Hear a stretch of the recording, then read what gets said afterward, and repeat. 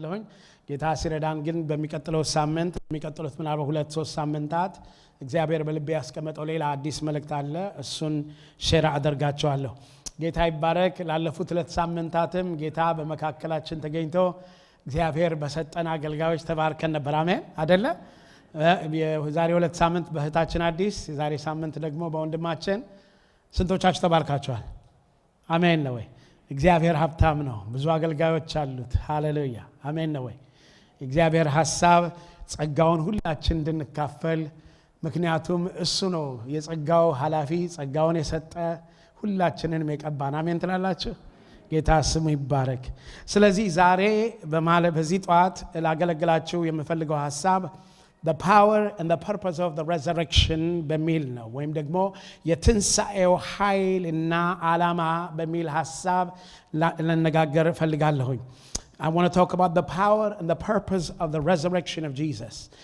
የትንሳኤው ዓላማና በዚህ ላይ የክርስቶስ ትንሳኤን ዓላማ በትንሹ ለመናገር አስባለሁ እንግዲህ እንደምታውቁት ይሄ እንደማንኛውም አይነት እሁድ አይደለም ይሄ ስፔሻል እሁድ ነው አሜን ትላላችሁ ይሄ ስፔሻል እሁድ ነው ብዙ እሁዶች አሳልፈናል ነገር ግን በተለይ ዛሬ የትንሳኤ እሁድ ነው ስለዚህ ጌታ ስሙ ይባረክ ስለዚህ በዚህ ቀን ስለሱ ትንሳኤና ትንሳኤው በሕይወታችን ስላመጣው አንዳንድ ነገሮች ለመናገር እፈልጋለሁ ጌታ ይረዳኛል እንዳልቸኩል ዝቅ ብዬ ለመናገር ነው መሞክረው ሃሌሉያ ስለዚህ ዛሬ ስለሱ ነው የምናወራው በሚገርም ሁኔታ በዛሬው ቀን በዛሬው ዕለትና በተለይ ይህን ሳምንት በተመለከተ በብዙ የዌስተርን አገሮችና ኢንክሉዲንግ በአሜሪካ የተለያዩ ድርጊቶችን ያደርጋሉ ከዚህ መካከል አንዱ የሚያደርጉት መቼም ልጆች ያላችሁ በዚህ ያልተፈተናችሁ የላችሁም ኢስተር ኤግ ሃንቲንግ ይሏቸዋል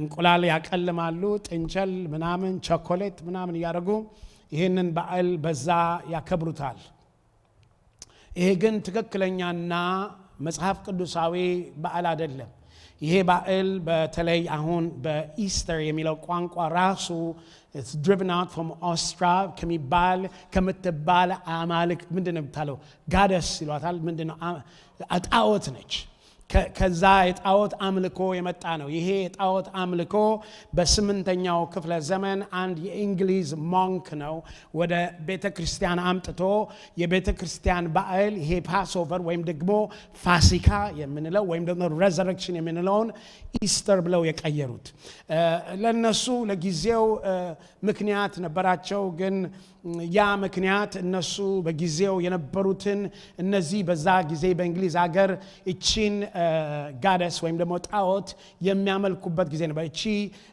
ኦስትራ የምትባለው ፈርቲሊቲ ጋድ ይሏታል እና በስፕሪንግ ጊዜ ብዙ አምልኮ የሚደረግላት ነች እና ይሄንን ስፕሪንጉንና የትንሳኤውን በዓል አገናኝተው በዛ ምክንያት ይህንን በዓል አያይዘውታል ስለዚህ ዛሬ እኛም ብዙዎቻችን በተለይ በዚህ በዌስተርን ያለነው ኢስተር ያልን ነው ብዙ ጊዜ እኖር ነው ግን ያ ስህተት ነው አሜን ትላላችሁ ወይ እስቲ ፋሲካ በሉ ትንሳኤ በሉ ሃሌሉያ ስለዚህ እኛም ምናምነው ፋሲካ ነው ትንሳኤ ነው it is a resurrection day ነው it is not Easter አይደለም ሃሌሉያ ጌታ ስሙ ይባረክ and this is not just another holiday with chocolate or bunnies this is a holiday of victory አሜን ትላላችሁ ይሄ ዘመለው የቸኮሌት እና የጥንቸል ምናምን የሚደረግበት እነሱ እንደሚያከብሩት ኢስተር አይደለም ይሄ የታላቅ የድል በዓል ነው ሃሌሉያ ሞት የተሸነፈበት ሲኦል የተሸነፈበት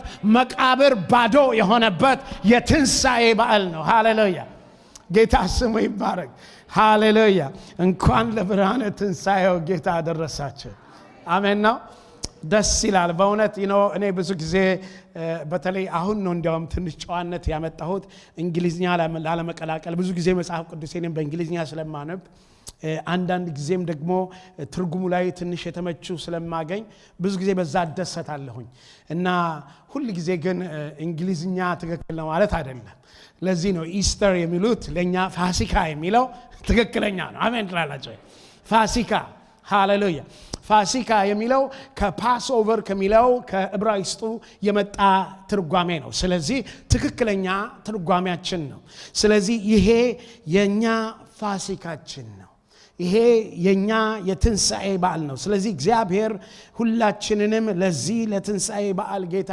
ስላደረሰን ጌታ ስሙ ይባረክ። ደስ የሚለው ግን እንደ ክርስቲያኖች በየሳምንቱ እሁድ እየተገናኘን ጌታን ስናመልከው አንድ ልታስታውሱት የሚገባላችሁ፣ እሱም ሁሌ ትንሣኤውን ማሰብ ይገባናል። አሜን ትላላችሁ?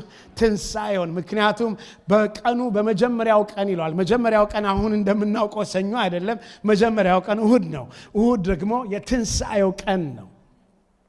እንደምታውቁት በአይሁዶች ቀን አቆጣጠር ቅዳሜ ነው ሳበት የሚባለው ወይም ሰንበት የሚባለው። ነገር ግን ኢየሱስ መጣና እሱ ከሞት ሲነሳ ሃሌሉያ እኛን ጌታ አመጣና የሰንበቱ ጌታ የሆነው ቀየረውና እሁድን ምን አረገልን? ሰንበት አረገልን። አሜን ትላላችሁ? ምን እንድናረግ? እግዚአብሔር አምላካችንን እንድናመልከው። ስለዚህ በጣም በጣም በሚያሳዝን ሁኔታ ይሄ ብቻ አይደለም፣ ብዙ ነገሮች በተለይ የካቶሊሲዝም እምነት ላይ በጣም ይሄ ፔጋኒዝሞችን እየቀላቀሉ ብዙ ነገር የተደረጉ ነገሮች አሉ። ለዚህም ነው በተለይ እንደ ቤተክርስቲያንና እንደ አማኞች እንደ ክርስቲያኖች የምንቀላቀላቸው ነገር መጠንቀቅ አለብን። ምክንያቱም እንደዚህ አይነት ነገሮች መጥተው አሁን የትንሣኤውን ባህል ከማክበር ይልቅ የፔጋኒዝም በዓል ሆኖ ይከበራል በብዙ ቦታ ላይ እና አንዳንዶቹ ቨርባሊ እንደዛ ብለው ባይሉም ነገር ግን ያንን ነገር የሚያስተጋባ ነገሮች ይሰራሉ። እኛ ግን የምናምነው የትንሣኤውን ጌታ ሃሌሉያ ሞትን ድል የነሳውን ኢየሱስ ክርስቶስን ነው። ሃሌሉያ። እንግዲህ ትታገሱኛላችሁ፣ ብዙ ጥቅሶችን ለማንበብ አስባለሁ እግዚአብሔርን ሐሳብ ለመግለጽ ስለምፈልግ ማለት ነው።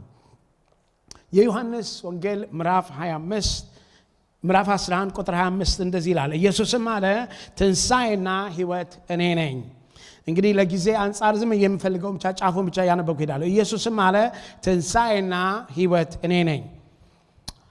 ሮሜ ምዕራፍ 6 ከጫፍ ጫፉ ነው ማነበው እንዲመቸኝ ነው ብዙ ስላለኝ ነው። ሮሜ ምዕራፍ 6 ቁጥር 4 ላይ ደግሞ እንደዚህ የሚል ቃል አለ። እንግዲህ ክርስቶስ ማስተጋባት ቀንሱልኝ በጌታ there's echo።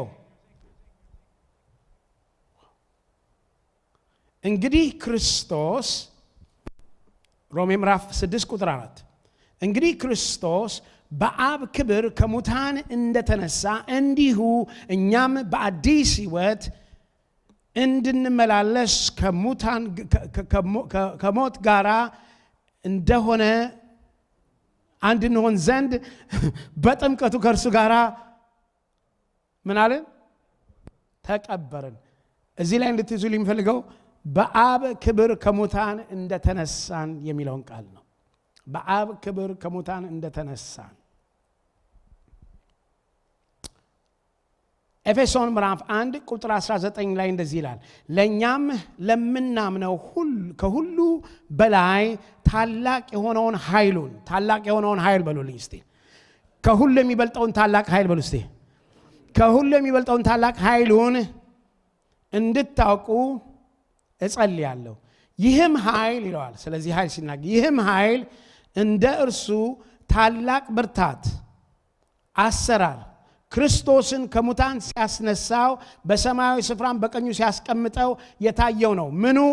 ከሁሉ የሚበልጠው ታላቅ ኃይል ታላቁ ክብር ምንድነው ይላል? ኢየሱስን ከሙታን ሲያስነሳው ያሳየው ኃይል ነው ይለዋል። ሮሜ ምዕራፍ 8 ቁጥር 11 ቅድም እህታችን ያነበበችው ነገር ግን ኢየሱስ ከሙታን ያስነሳው የእርሱ መንፈስ በእናንተ ዘንድ ቢኖር ክርስቶስ ኢየሱስን ከሙታን ያስነሳው እርሱ በእናንተ በሚኖረው በመንፈሱ ለሚሞተው ሰውነታችሁ ደግሞ ሕይወትን ይሰጠዋል። እዚህ ላይ እንድትይዙልኝ የሚፈልገው አለ። እርሱ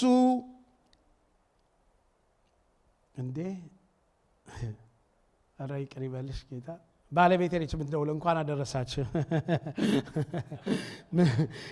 ከሰዓቱ ረፈደ ብላ እንኳን አደረሳችሁ።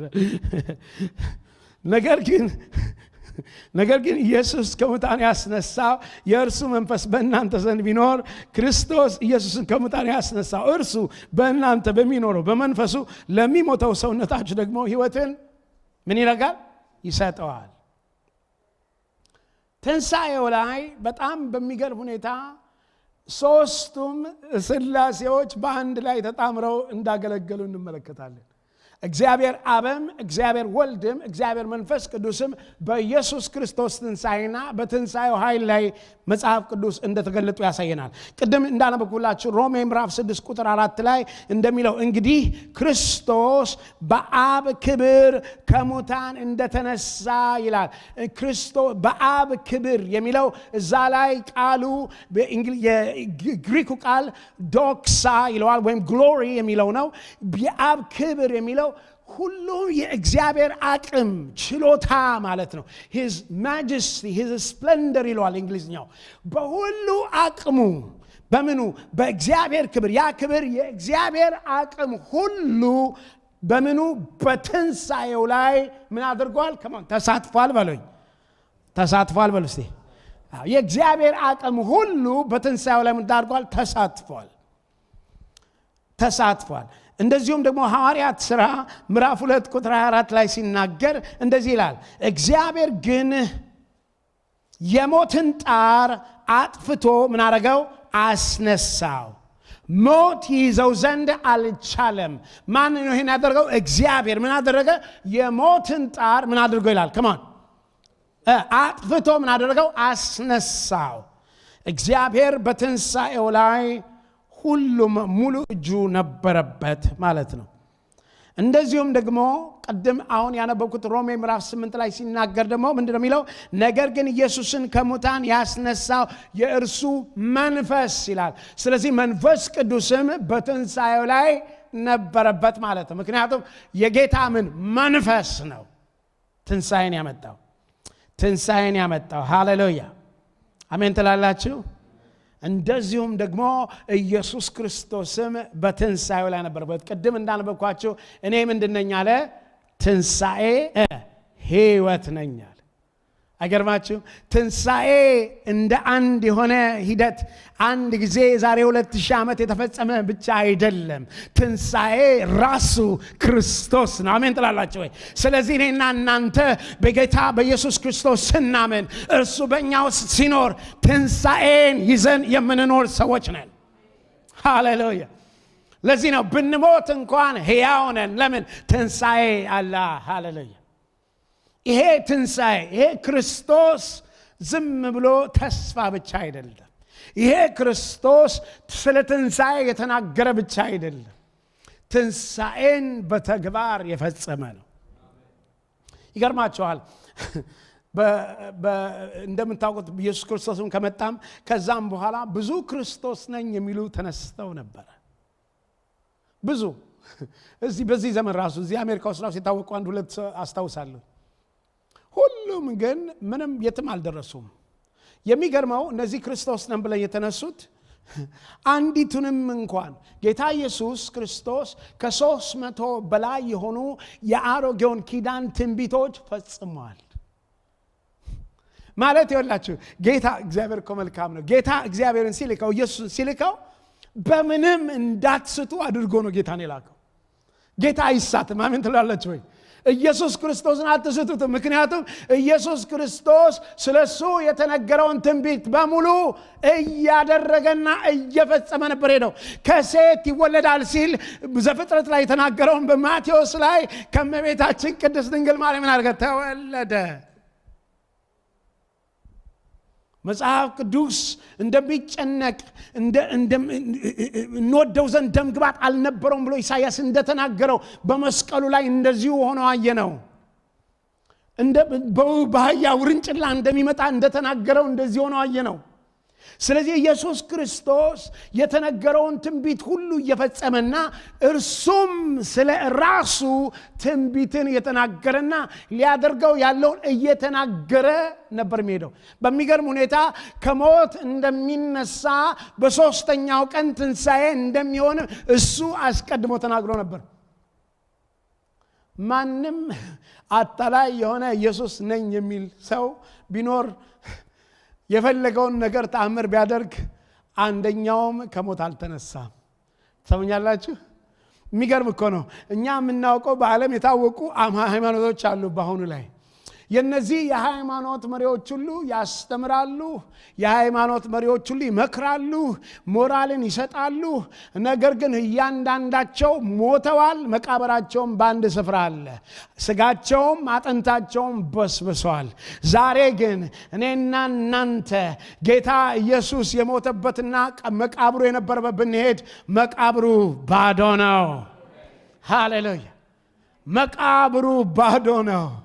ማርቆስ 4 ላይ ደስ ይለኛል። እንደዚህ ይላቸዋል፣ ሕያውን ከሙታን መካከል ለምን ትፈልጉታላችሁ? ለምን? እርሱ ተነስቷል።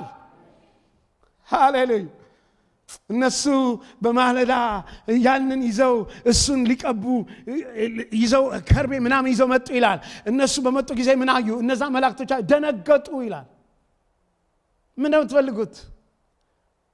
ሕያውን ከሙታን መካከል አትፈልጉት። ኢየሱስ እንደተናገረው ተነስቷል። ኢየሱስ እንዳለው ተነስቷል። ይሄ እንደቀላል የሚታይ ነገር አይደለም። እሱ ሲናገር በዮሐንስ ምዕራፍ 10 ቁጥር 17 ላይ ነፍሴን ደግሞ አነሳት ዘንድ አኖራትም ዘንድ ስለዚህ አብ ይወደኛል ይላል። ቁጥር 18 ላይ እኔ በፈቃዴ አኖረዋለሁ እንጂ ከእኔ ማንም አይወስዳትም። ላኖራትስ ስልጣን አለኝ፣ ደግሞም ላነሳትም ስልጣን አለኝ። ስለዚህ ኢየሱስ ክርስቶስ እንደሚሞትም እንደሚነሳም ተናግሯል። ምን አለ? ይሄንን ቤተ መቅደስ አፍርሶት በሶስተኛው ቀን ግን ምን አደርገዋለሁ አለ። ሃሌሉያ! ስለዚህ እሱ ስለ ሞቱም ስለ ትንሣኤውም እየተናገረና እየመሰከረ ነው ያደረገው። ስለዚህ ኢየሱስ ክርስቶስም በሶስተኛ ደረጃ በትንሣኤው ላይ ነበረበት። ለዚህ ነው ትንሣኤው በጣም የሚያስገርመው። ለዚህ ነው የትንሣኤውን ኃይል ስናወራ በጣም መገረም ያለብን። የትንሣኤው ኃይል ቀላል አይደለም። ዛሬ ምጸልየው፣ ዛሬ በእናንተ ላይ የምናገረው ታሪካዊውን የትንሣኤ እሳቤ ብቻ ሳይሆን እግዚአብሔር በእናንተ ውስጥ የትንሣኤውን ኃይል እንዲቀሰቅሰው ነው። ሃሌሉያ! እግዚአብሔር የትንሣኤውን ኃይል እንዲያነቃንቀው ነው። እነዚህን እያየው እንደው ደስ ይለኛል። አንዳንድ ጊዜ የራሴን ትርጉም መፍጠር ፈልጋለሁና ከዚህ ቀንጠብ ባልኩና አንድ የሆነ ትርጉም ፈጠርኩለት። ከእግዚአብሔር ቃል ነው፣ ከሌላ አልመጣሁትም። እንደዚህ ብየዋለሁኝ፣ ኢየሱስ ትንሣኤም ሕይወትም ነው። በተግባር የእግዚአብሔር ባህሪና ኃይል ሙሉ መገለጫም ነው። ከሁሉ በላይ ታላቅ የሆነውን ኃይሉን እና ደግሞ ታላቅ የሆነውን ብርታቱንና አሰራሩን ኢየሱስን ከሙታን ሲያስነሳው እርሱ በመንፈሱ ይህንን ገለጠው። ሃሌሉያ! አሜን ትላላችሁ? የኢየሱስ ትንሣኤያችን ነው። ጌታ ስሙ የተባረከና የተመሰገነ ይሁን። አንደኛ ቆሮንጦስ ምዕራፍ 15 እዚህ ላይ ብዙ እንመላለሳለን። ዛሬ አንደኛ ቆሮንጦስ ምዕራፍ 15 ከቁጥር 12 ጀምሮ ያለውን እሳቤ ትንሽ እናገርና ከዛ ፈጠን ብዬ 7 ነገሮችን ተናግሬ ለመጨረስ ሞክራለሁኝ። ሃሌሉያ! ጌታ ስሙ ይባረክ። አንደኛ ቆሮንጦስ ምዕራፍ 15 ከቁጥር 12 ጀምሮ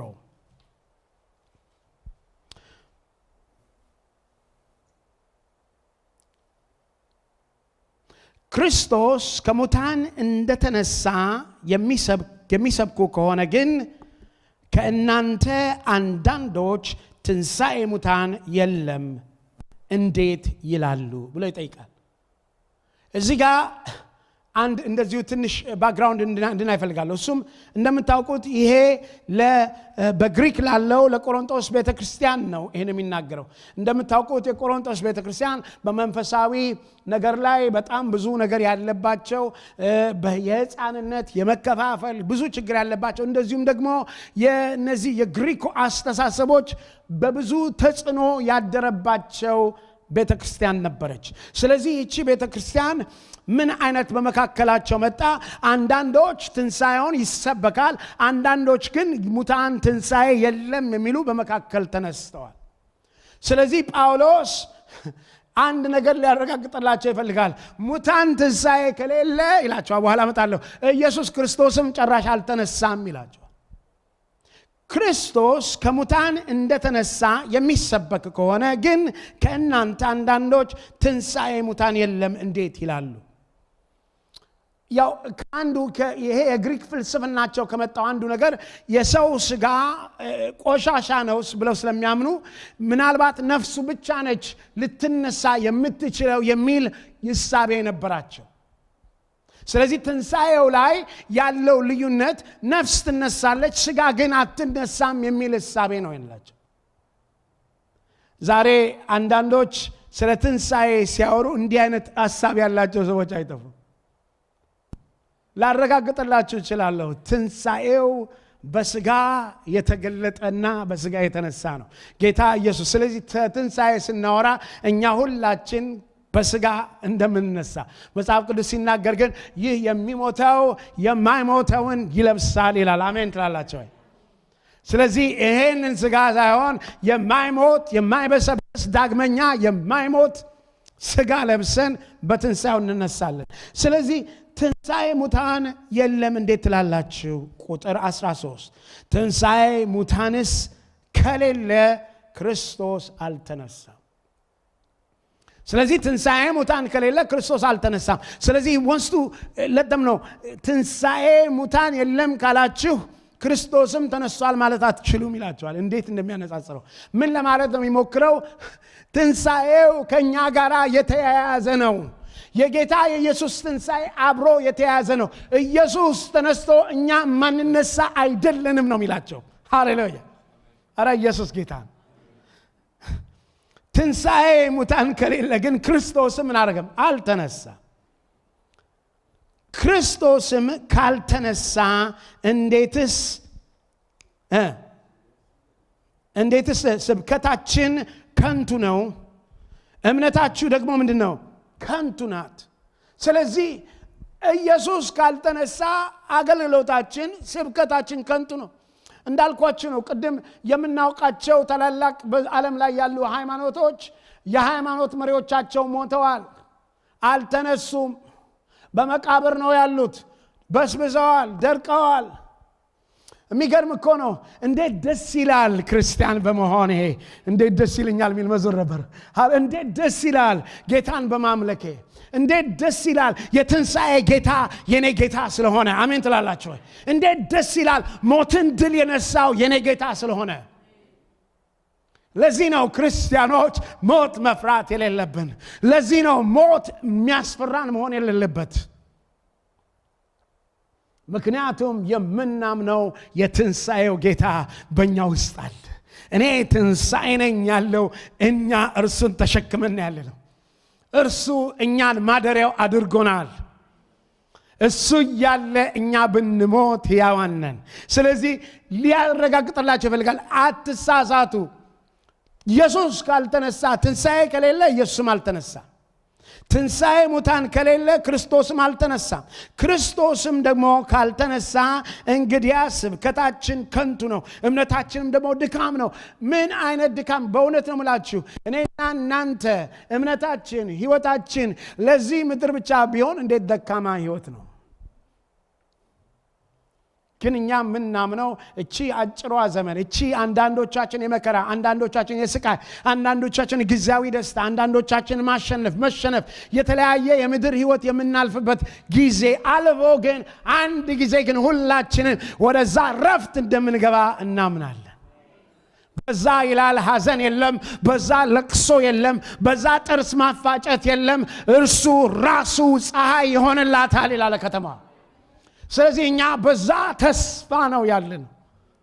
እኔ ታውቃላችሁ እኔ ስለሞት ተጨንቄ አላውቅም። እኔ ስለሞት የምጨነቀው አንድ ነገር ብቻ ነው። ጌታን የምለው ጌታ ሆይ ስራ ካልጨረስኩኝ ብቻ አትውሰደኝ ነው የምለው። ስራ ግን ጨርሰሃል ብለህ ካልክ you can take me anytime። እንግዲህ ስታስቡት እኮ ከዚህ የበለጠ እኮ ነው ዛል ዘላለም እኮ ነው ዛል። ኧረ ወንድሞች እቺ እኮ አጭር ጊዜ ነች። እኔና እናንተ መጨነቅ ያለብን እግዚአብሔር በምድር ላይ ላስቀመጠን ዓላማ፣ ለሰጠን ስራ፣ እግዚአብሔር አድርጉ ላለን ያንን ብቻ ሳንጨርስ ላለመሄድ ነው። ያንን ግን ከጨረስን ከዚህ ያለው እዛ ያለው ስለሚበልጥ ያይሻለናል። አሜን ትላላችሁ? ዛሬ ብዙ ሰዎች ሞትን ይፈሩታል። ሞትን አትፍሩ። ክርስቲያን ሞትን መፍራት የለበት። እስቲ ዙሩና አጠገብህ ክርስቲያን ሞትን አይፈራም በሉት። አትፍሩት። ሞት ለክርስቲያን የሚያስፈራ አይደለም። ምክንያቱም ሞት መሻገሪያ ድልድያችን ነው ይለዋል። ሞት ከዚህኛው ዓለም ወደዛኛው ዓለም የምንሄድበት ነው። የማይቀር ነው። በመወለድ እንደመጣን ሁሉ ሁላችንም በሞት እንሄዳለን። ጥያቄው ግን ወዴት ነው የምንሄደው ነው። ሃሌሉያ። ወደ ጌታ ከሄድን ሞት የሚያስፈራ አይደለም። ዛሬ ወንድሞቼና እህቶቼ ወደ ሲኦል የምትሄዱ ከሆነ ግን ሞት የሚያስፈራ ነው። ሞት የከፋ ነው። ስለዚህ እንደዚህ ይላል፣ ክርስቶስ ካልተነሳ እንግዲያስ ስብከታችን ከንቱ ነው፣ እምነታችንም ደግሞ ከንቱ ነው። ከንቱ የሆነ የድካም ስብከት፣ የኑሮ የአገልግሎት ህይወት አሳልፈን ነው ምን ሄደው። ምክንያቱም ክርስቶስ ካልተነሳ ዋስትና የሌለው እምነት ነው ማለት ነው። ተምኛላችሁ? ዋስትና የሌለው ክርስቶስ መነሳቱ በህይወት ለተናገረውና ላደረገው ሁሉ ዋስትና የሰጠበት ነው። ቁጥር 15 ደግሞም ክርስቶስን አስነስቶታል ብለን በእግዚአብሔር ላይ ስለመሰከርን ሐሰተኞች የእግዚአብሔር ምስክሮች ሆነን ተገኝተናል። ሙታን ግን የማይነሱ ከሆነ እርሱን ምን እንደሚለው አላስነሳው።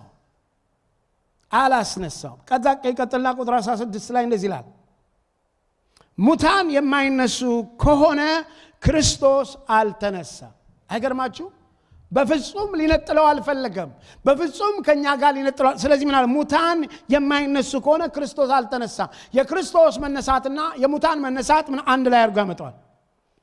ቁጥር 17 ላይ ክርስቶስም ካልተነሳ እምነታችሁ ከንቱ ናትና እስካሁንም ድረስ በኃጢአት አላችሁ። ስለዚህ ክርስቶስ የማይነሳ ከሆነ ያደረግነው የኖርነው የሆነው ሁሉ ምንድነው? ከንቱ ነው።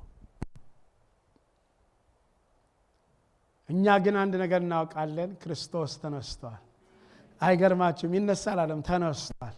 መነሳት ደግሞ ይወላችሁ በጣም በሚገርም ሁኔታ ይወላችሁ ባይ ዘ ዌይ ስለ ክርስቶስ መነሳት እያወቁ አይሁዶች እንኳን ስላወቁ እንደሚነሳ ስላወቁ ምን አደረጉ? ገንዘብ ከፍለው ጦረኛ አስቀምጠው ምን አደረጉ? በትልቅ ድንጋይ አዘግተው ምን አደረጉ? አስጠበቁት። ለምን? በኋላ ድንገት ይህንን ጌታ ሰርቀው እነዚህ ደቀ መዛሙርቶች ይህን ነገር አድርገው በኋላ ተነሳ እንዳይሉ። አያችሁ፣ የእግዚአብሔርን ትንቢት ሰው አይደለም የሚፈጽመው። ታሰምኛላችሁ? እግዚአብሔር ራሱ ይፈጽማል። እግዚአብሔር ስለ ህይወታችሁ የተናገረውን እግዚአብሔር በህይወታችሁ ራሱ ይፈጽመዋል። ስለዚህ እነሱ እግዚአብሔር የተናገረውን ትንቢት በሰው እርዳታ፣ በደቀ መዛሙርቶቹ እርዳታ የሞተውን በድኑን ተሸክመው እንዲወጡ ነበር የፈለጉት። አይደለም። ጌታ የተዘጋውን መዝጊያውን ሰብሮ ከፍቶ መላእክቶች በመካከል ተገልጠው ጠባቂዎች ፈርተው ወድቀው ጌታ ኢየሱስ በክብር ተነሳ። ይሄ ጌታን ነው የምናምነው። አንድ 7 ነገር ልንገራችሁና ከጊዜም አንፃር መልእክቴን ቶሎ ልጠቅልል። what makes the resurrection important? ምንድነው ትንሣኤውን ለኛ ህይወትም ለክርስትናም ዋስትናና ትልቅ የሚያደርገው ብለን ብንል፣ በመጀመሪያ ደረጃ በሮሜ ምዕራፍ 3 ሮሜ 1 ከቁጥር 3 እስከ 4 ያለውን እናነባለን። ሮሜ 1 ከቁጥር 3 እስከ 4 ይህም ወንጌል በሥጋ ከዳዊት ዘር ስለተወለደ እንደ ቅዱስ መንፈስ ግን ከሙታን መነሳት የተነሳ እዚች ላይ አስምሩልኝ፣ በኃይል የእግዚአብሔር ልጅ ሆኖ ስለተገለጠው ስለ ልጁ ነው። እርሱም ጌታችን ኢየሱስ ክርስቶስ ነው ይላል። ይህ ወንጌል ይላል። ወንጌል የሚለው መልካሙ ዜና፣ the declaration of the good news ማለት ነው። ትልቁ አዋጅ በስጋ ከዳዊት ዘር ስለተወለደው ቅዱስ መንፈስ ከሞት መነሳት የተነሳው። ስለዚህ ይሄንን ምን ይላል? በመጀመሪያ ደረጃ ይሄ ምንድነው? የእግዚአብሔር ኃይል ልጁ እንደሆነ እንደገለጠበት በምኑ? በትንሣኤው እግዚአብሔር ክርስቶስ ኢየሱስን ልጁን እንዳረጋገጠ ምን በማድረግ? በኃይሉ የእግዚአብሔር ልጅ ሆኖ ስለተገለጠው ስለ ልጁ ነው። ስለዚህ ትንሣኤ አንደኛ በኃይል ስለተገለጠው ከሞት ስለመነሳቱ፣ ስለዚህ ስለ ልጁ የበሰረ ነው። ጌታ ኢየሱስ ክርስቶስ የእግዚአብሔር ልጅ መሆኑን ያረጋገጠ ነው ትንሣኤው። ቀደም እንዳልኳቸው ነው፣ ብዙ ክርስቶሶች ነበሩ። እነዛ ክርስቶሶች ሁሉ ሞተዋል። እነሱን ከሞት አልተነሱም። ይሄኛው ግን የተቀባው መሲሁ ክርስቶስ ኢየሱስ ግን ከሞት ተነሳ። እግዚአብሔርም ልጁ እንደሆነ ምን አደረገ? አረጋገጠው። ሃሌሉያ። The resurrection is a validation of every claim that Jesus claimed.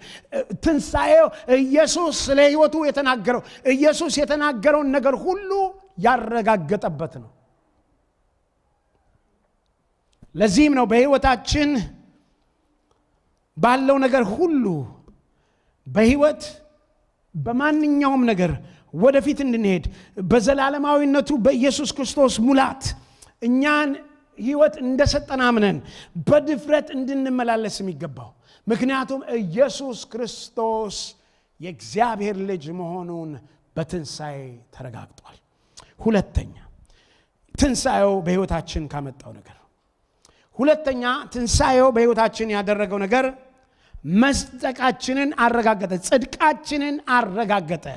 It secure our justification. ጽድቃችን የተረጋገጠው በትንሣኤው ነው። ሮሜ ምዕራፍ 4 ቁጥር 19 ጀምሮ ካለው ብናነብ የምፈልገው ግን የመጨረሻውን ቁጥር 24 አካባቢ ያለውን ነው። የ100 ዓመት ሽማግሌ ስለሆነ እንደ ሞት የሆነውን የራሱን ሥጋና የሳራን ማኅፀን ሞት መሆኑን በእምነቱ ሳይደክም ተመለከተ።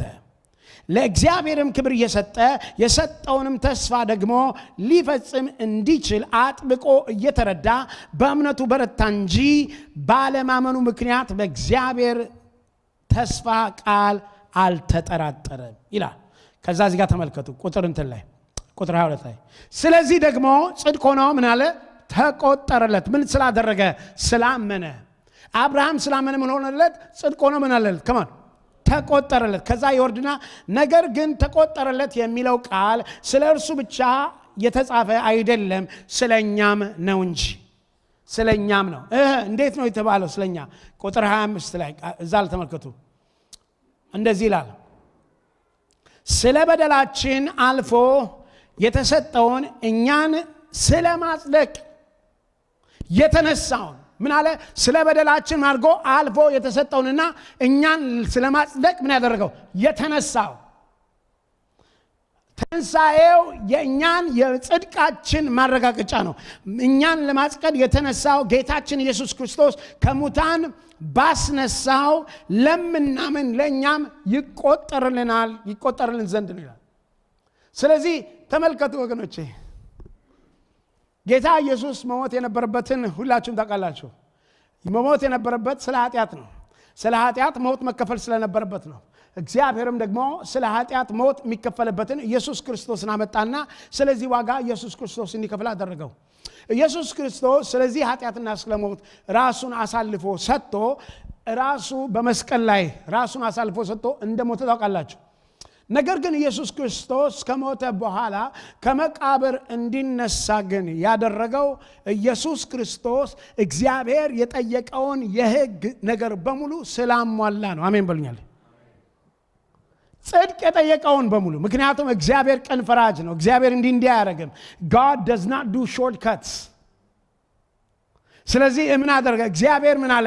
ለኃጢአት ደሞዙ ሞት ነው፣ ስለዚህ ሊከፈል ይገባዋል አለ። ስለዚህ the court of heaven ይህንን አዘዘ። ስለዚህ ደግሞ በቂ የሆነ መስዋዕት፣ ስለ ሰው መስዋዕት የሚሆን ክርስቶስ ተገኘና እርሱ የሁላችንንም ዕዳ፣ የሁላችንንም ጽዋ፣ የሁላችንንም በደል፣ የሁላችንንም ነውር እግዚአብሔር በእርሱ ላይ ያደረገና መጽሐፍ ቅዱስ እንደሚናገር በሁለተኛ ቆሮንቶስ ላይ ኃጢአት የሌለበትን እርሱን ስለኛ ኃጢአት አደረገው ይላል። እኛ በእርሱ የእግዚአብሔር ምን እንድንሆን?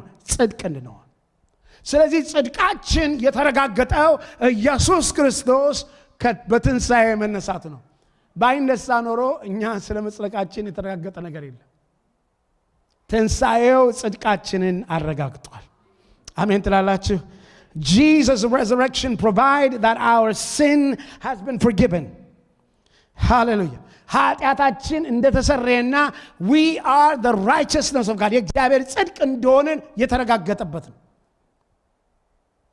ስለዚህ ነው እኔና እናንተ ዛሬ በድፍረት እንድንመላለስ የሚገባል። ምክንያቱም የኃጢአታችን ዕዳ ተከፍሏል። ሃሌሉያ፣ ስሙ ይባረክ። ሶስተኛ ምንድነው የማወራው? why the resurrection? ለምንድነው ትንሣኤው ለአማኞች ኢምፖርታንት የሆነው? ለምንድን ነው? አንደኛ ጴጥሮስ ምዕራፍ 3 ከ3 እስከ 5 ያለውን ሂዱና አንብቡት። እኔ ግን ለምፈልገው ከላይ ብቻ ያለውን እናገርና እሄዳለሁ ለጊዜ አንፃር። እናንተ ግን ሄዳችሁ ማንበብ ትችላላችሁ። አንደኛ ጴጥሮስ ከምዕራፍ 3 አንደኛ ጴጥሮስ ምዕራፍ 1 ከቁጥር 3 እስከ 5 አንደኛ ጴጥሮስ ምዕራፍ 1 ከቁጥር 3 እስከ 5 ያለውን አንብቡ። ኢየሱስ ክርስቶስ ከሙታን በመነሳቱ ለሕያው ተስፋ ለማይጠፋም እድፈትም ለሌለበት ለማያልፍ ርስት እንደ ምሕረቱ ብዛት ሁለተኛ የወለደን የጌታችን የኢየሱስ ክርስቶስ አምላክና አባት ይባረክ ይላል። ሃሌሉያ። ስለዚህ ምንድነው ሕያው ተስፋ? ትንሣኤው ያበሰረው በሕይወታችን ሕያው ተስፋን ነው።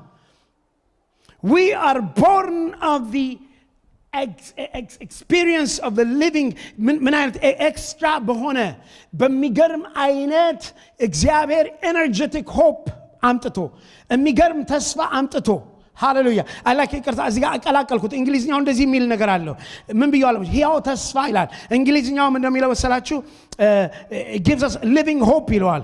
አንድ ትራንስሌሽን እንደዚህ ይላል, we are reborn to experience living an energetic hope ይለዋል። ይሄ ፓሽን ትራንስሌሽን ነው። ኤነርጀቲክ እና ምን ይለዋል? living hope። ስለዚህ ለሕያው ተስፋ ወገኖቼ ብዙ አይነት ተስፋ አለ። አንዳንድ ጭላንጭል ተስፋ ሰምታችኋል። አንዳንድ የደመዘዘ ተስፋ አይታችኋል። ሃሌሉያ። እኛ ትንሣኤው ያደረገው ሕያው ተስፋ ሃሌሉያ። ኤነርጀቲክ ነው። ሕያው ተስፋ፣ ሕይወት ያለው ተስፋ። አዎ ይሄ ምናልባት የሚባል ተስፋ ነው። ሕያው ተስፋ ዳዳናን የዘላለም ሕይወተኛ እንደው ሕያው ተስፋ። ስለዚህ ተስፋችን ምናልባት አይደለም። ተስፋችን የተንጨለጨላ፣ ተስፋችን የደመዘዛ አይደለም። ተስፋችን ግምት አይደለም። ተስፋችን ሕያው ነው። ስለዚህ ትንሣኤው ሕያው ተስፋ ነው ያመጣው በሕይወታችን። ሃሌሉያ። ስለዚህ ነው ምንም አይነት በችግር ውስጥ እንኳን ብንሆን፣ በምንም አይነት ሁኔታ ውስጥ ብንሆን ተስፋ አለ። ተስፋችንም ሕያው ነው። ተስፋችን ሕያው ነው። የአሁኑ ነገር አልፎ የሚመጣ ነገር እንዳለ ልናምን ይገባል። አራተኛ ትንሣኤው በሕይወታችን ያደረገው አራተኛ አንደኛ ቆሮንቶስ ምዕራፍ 15 ከቁጥር 19 ጀምሮ ያለውን አነባዋለሁ። አንደኛ ቆሮንቶስ ምዕራፍ 15 ከቁጥር 19 ጀምሮ ያለውን አነባዋለሁ። የምፈልገው ግን ወደ 20 እና 22 አካባቢ ያለውን ነው።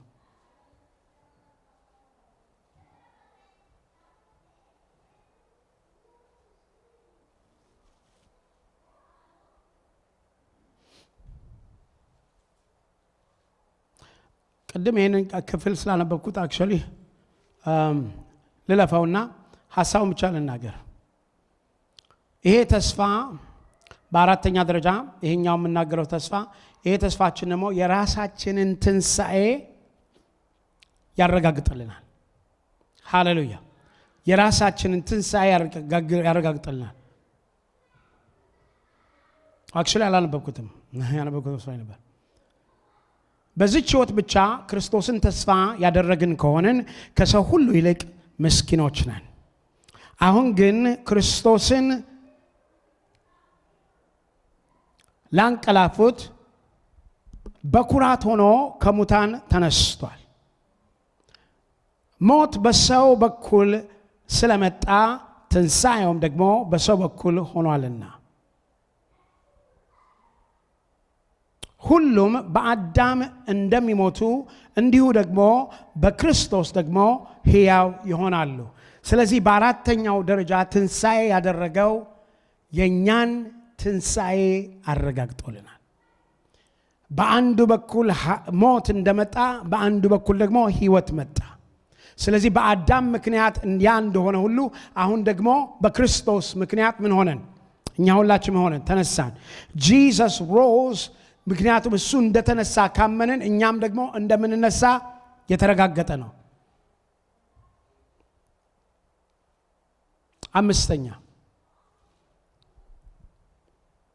አምስተኛ ይሄ ደግሞ በሕይወታችን የአሸናፊ ሕይወት እንድንኖር ማለት ነው። በአምስተኛ ደረጃ ትንሣኤው የአሸናፊ ሕይወት እንድንኖር ቅድም የጠቀስነው ቃል ነው ማነበው ሮሜ 8 ቁጥር 11 ነው። ነገር ግን ኢየሱስን ከሙታን ያስነሳው የእርሱ መንፈስ በእናንተ ዘንድ ቢኖር ክርስቶስ ኢየሱስን ከሙታን ያስነሳው እርሱ በእናንተ በሚኖረው በመንፈሱ ለሚሞተው ሰውነታችሁ ደግሞ ሕይወትን ይሰጠዋል። የትንሣኤው ኃይል ሕይወትን ይሰጣል። የአሸናፊ ሕይወትን ይሰጠናል። ቪክቶሪየስ ላይፍ እንድንኖር ያደርገናል። ለምን? እርሱ በእኛ ውስጥ ሆኖ ያንን የትንሣኤውን ኃይል ይለቀዋል። ሃሌሉያ! ቅድም የነገርኳችሁ ሥላሴዎች በሙሉ የተሳተፉበትን የትንሣኤ ኃይል በእኔና በእናንተ ውስጥ አደረገው። በመንፈስ ቅዱስ ሆኖ ያንን የትንሣኤ ኃይል በየዕለቱ መግለጥ ይፈልጋል። ዛሬ በጌታ በኢየሱስ ክርስቶስ ስም በሕይወታችሁ አንዳንድ ነገሮች ትንሣኤ የሚፈልጉ ካሉ ዛሬ ትንሣኤ እንዲያገኙ ጸልያለሁ። በጌታ በኢየሱስ ክርስቶስ ትንሣኤ ይሆንላችሁ። አዎ፣ አንዳንዶች ህልማችሁ ሞቶ ይሆናል። አንዳንዶች ዓላማችሁን ስታችሁ ይሆናል። ዛሬ ግን እግዚአብሔር ትንሣኤ ያምጣ በሕይወታችሁ። ትንሣኤው በምን? በክርስቶስ ኢየሱስ ለሚሞተው ሰውነት ያ መንፈስ መጥቶ ትንሣኤ ይሰጠዋል። ስለዚህ ዛሬ ወገኖቼ በጣም የሚገርም ነገር ነው። ብዙ ጊዜ በሕይወታችን አንዳንድ ነገሮች እናልፋለን። አንዳንድ የሐዘን ጊዜዎች እናልፋለን። አንዳንድ የትካዜ ጊዜዎች እናልፋለን። አንዳንድ ጨለማዎች እናልፋለን። ጀስት ላይክ እንደ ኢየሱስ ክርስቶስ አርብ እንዳለ ሁሉ እሁድ ጧት አለ። አሜን በሉ እስቲ። አርብ ተሰቀለ፣ ግን እሁድ ግን ተነሳ። ሃሌሉያ! ስለዚህ ዛሬ ወገኖቼ አንዳንድ ጊዜ በሕይወታችሁ ጥግ የደረሳችሁባቸው ነገሮች ካሉ፣ አንዳንድ ነገሮች ተስፋ የቆረጣችሁባቸው ነገሮች ካሉ፣ አንዳንድ ነገሮች ይሄ ነገር እንደው እውን ይሆናል፣ ይሄ ነገር እግዚአብሔር ተናግሮኝ ነበር ይመለሳል፣ ይሄ ነገር በሕይወቴ አየዋለሁ ለምትሉት ዛሬ በጌታ በኢየሱስ ክርስቶስ ስም የትንሣኤው ኃይል እንዲያስነሳው እናገራለሁ። የትንሣኤው ኃይል እንዲቀሰቅሰው እናገራለሁ። ያ የትንሣኤ ኃይል በውስጣችሁ ሆኖ ለሚሞተው ሰውነታችሁ ትንሣኤ እንዲያደርግ እናገራለሁ። ትንሣኤው ያደረገው ያንን ነው። ዛሬ እኔና እናንተ በየቀኑ ትንሣኤውን እንድንለማመድ ጌታ ይፈልጋል። ወገኖቼ ትንሣኤው የአንድ ጊዜ ወቅት ፈቻለም። ቅድም እንዳልኳችሁ ነው። it is not only one event, it was also a person። አይገርማችሁም? ለዚህ ነው ኢየሱስ እኔ ምን አለ? ትንሣኤ ነኝ አለ። አይገርምም? ስለዚህ የኛ ትንሣኤው የአንድ ጊዜ ግኝት ሁኔታ ብቻ አይደለም። ትንሣኤው አብሮ የመጣ ትንሣኤው ከክርስቶስ ጋር እሱ ብቻ ሳይሆን ትንሣኤው በመንፈስ በእኛ ውስጥ ያለ ያ የትንሣኤው ኃይል። ስለዚህ ወገኖቼ በሕይወታቸው አንዳንድ ጊዜ የሆነ ቦታ ስትደርሱ የሁላችሁ ትንሣኤው ኃይል ማለት ትልቅ የሚያደርገው የሞተን ወደ ሕይወት ማምጣቱ፣ ኃጢአትን ማሸነፉ፣ ሲኦልን ማሸነፉ፣ ሰይጣንን ማሸነፉ ነው። ስለዚህ ትንሣኤው ኃይል የማያሸንፈው ነገር የለም። ስለዚህ አንዳንዴ ጌታን ስትጠሩት ጌታ ሆይ በሕይወቴ በትንሣኤው ኃይል ተገለጥ በሉት። እውነቴን ነው የምላችሁ፣ ጌታ ተአምር ያደርጋል። እየጨረስኩ ነው። በሌላ ቦታ ደግሞ እንደምናየው በስድስተኛ ደረጃ ትንሣኤው ካደረገው ነገር ጎበስ ትንሣኤው ካደረገው ነገር ያው ዛሬ ሰዓት ልጨምረናል። በርቱ፣ እየጨረስኩ ነው። ትንሣኤው ካደረገው ነገር it declare victory over death and Satan በሰይጣንና በሞት ላይ ድል ነሳ። ይሄን ያደረገው እዛው አንደኛ ቆሮንቶስ ምዕራፍ 15 ላይ ቁጥር 54 ጀምሮ ያለውን አባለው ዳሩ ግን ይህ የሚበሰብሰው የማይበሰብሰውን ሲለብስ ይህም የሚሞተው የማይሞተውን ሲለብስ በዚያን ጊዜ ሞት ድል መነሳቱ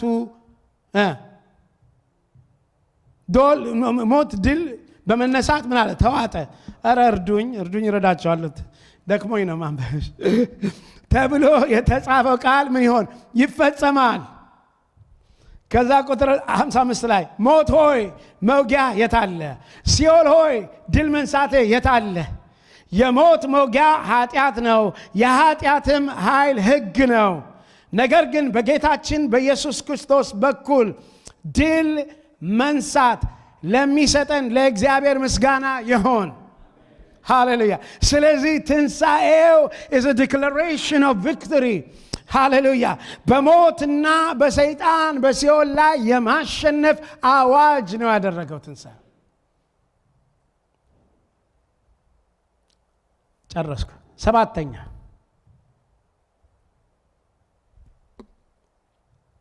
የሐዋርያት ሥራ ምዕራፍ 2 ከ29 ጀምሮ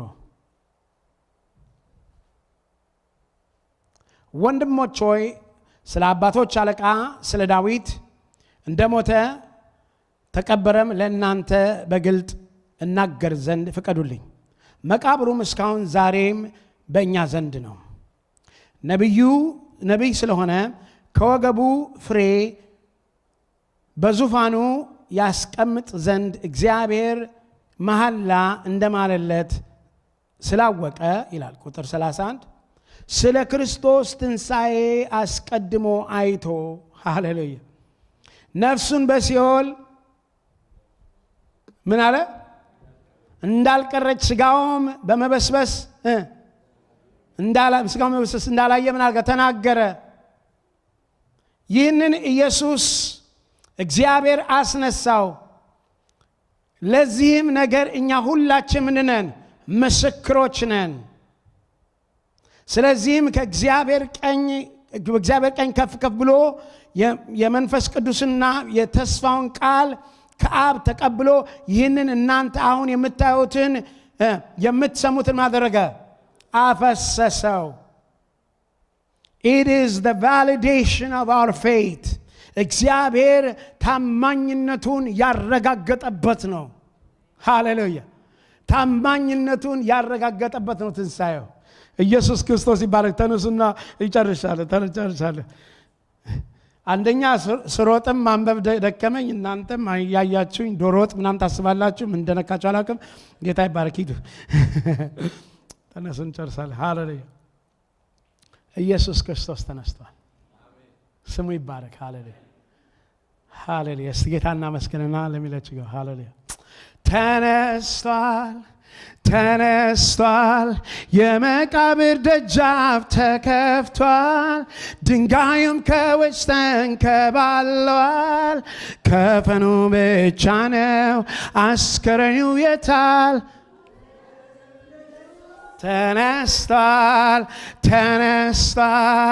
ተነስቷል፣ የመቃብር ደጃፍ ተከፍቷል፣ ድንጋዩም ከውስጥ ተንከባሏል፣ ከፈኑ ብቻ ነው አስከሬኑ የታል? አንድ ጊዜ ተነስቷል፣ የመቃብር ደጃፍ ተከፍቷል፣ ድንጋዩም ከውስጥ ተንከባሏል፣ ከፈኑ ብቻ ነው አስከሬኑ የታል? ጌታ ሆይ እጅግ አድርገን እናመሰግንሃለን። የምናመልክህና የምናምንህ አንተ ከሞት የተነሳህ እግዚአብሔር ሆይ ስለሆንክ እናመሰግንሃለን።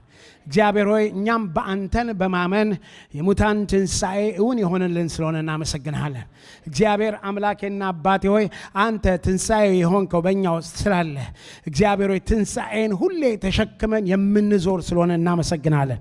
ወገኖቼ በምድር ላይ እየተመላለስን እኛ ውስጥ እኮ ትንሣኤን ይዘን የምንዞር ሰዎች ነን። አይገርማችሁም? ብዙ ሰዎች ሞትን ይዘው ነው የሚዞሩት። ሞትን መጨረሻቸው ሞት ነው። እኔና እናንተ ግን ትንሣኤን ይዘን ነው ምንዞረው። እኛ ግን ትንሣኤን ተሸክመን ነው ምንዞረው።